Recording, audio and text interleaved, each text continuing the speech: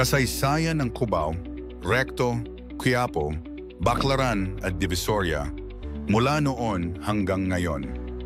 Ang Maynila, ang kabisera ng Pilipinas, ay puno ng kasaysayan at kultura. Sa video na ito, ating tuklasin ang pinagmulan at kasaysayan ng 5 iconic na lugar sa lungsod: Cubao, Recto, Quiapo, Baclaran at Divisoria. Saan nga ba nagmula ang mga pangalang ito?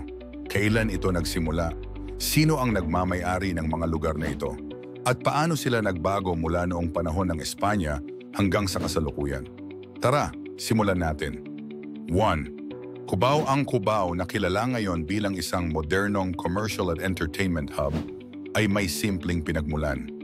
Noong panahon ng Espanya, 1500s o 1800s, ang lugar na ito ay isang malawak na bukid at sakahan na tinatawag na Cubo dahil sa mga kubo o bahay na yari sa kawayan at nipa na matatagpuan dito.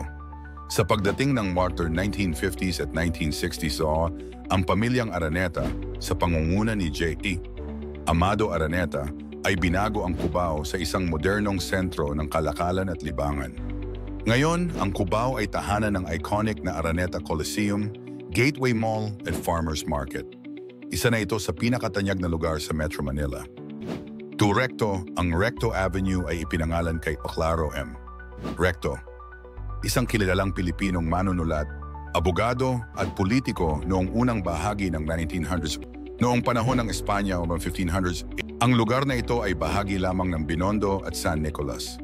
Ngayon, ang Recto ay kilala bilang sentro ng edukasyon dahil sa University Belt, kung saan matatagpuan ang mga kilalang paaralan tulad ng University of Santo Tomas at Far Eastern University. Isa rin itong tanyag na lugar para sa murang mga libro, school supplies, at nightlife. 3. Quiapo. Ang Quiapo na kilala bilang Heart of Manila ay nagmula sa salitang Ocuyapo, isang uri ng halamang tubig na dating sagana sa lugar.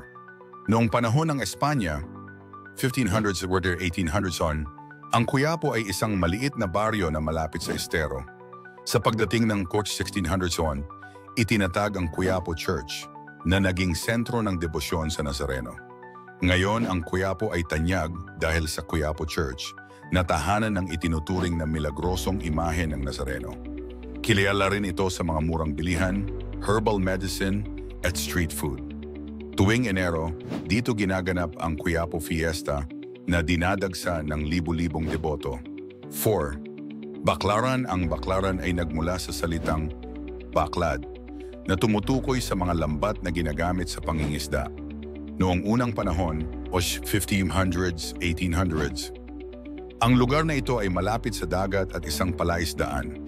Sa pagdating ng 1930s, itinatag ang Baclaran Church na kilala rin bilang Redemptorist Church. Ngayon, ang Baclaran ay kilala bilang isang sentro ng relihiyon dahil sa Baclaran Church na dinadayo ng mga deboto tuwing Miyerkules. Tanyag din ito sa Baclaran Market kung saan makikita ang mga murang tinda ng damit, accessories at iba pang produkto. 5. Divisoria. Ang Divisoria ay nagmula sa salitang Espanyol na Divisoria na nangangahulugang hati o hangganan. Noong panahon ng Espanya, kaya 1500s, 1800s, ang lugar na ito ay hangganan ng Maynila at Binondo. Sa pagdating ng 1800s, naging sentro ng kalakalan ang Divisoria dahil sa malapit ito sa pantalan ng Maynila. Ngayon, ang Divisoria ay kilala bilang shopping capital of the Philippines. Dito makikita ang mga murang paninda mula sa mga damit hanggang sa mga gamit sa bahay. Tuwing Pasko, ang Divisoria ay mas lalong nagiging masigla dahil sa mga taong namimili ng mga regalo at dekorasyon. Ang Cubao, Recto, Quiapo, Baclaran at Divisoria ay hindi lamang mga lugar sa Maynila. Sila ay bahagi ng kasaysayan at kultura ng ating bansa. Mula sa simpleng pinagmulan noong panahon ng Espanya hanggang sa pagiging modernong sentro ng kalakalan at relihiyon ngayon, patuloy silang nagbibigay buhay sa lungsod.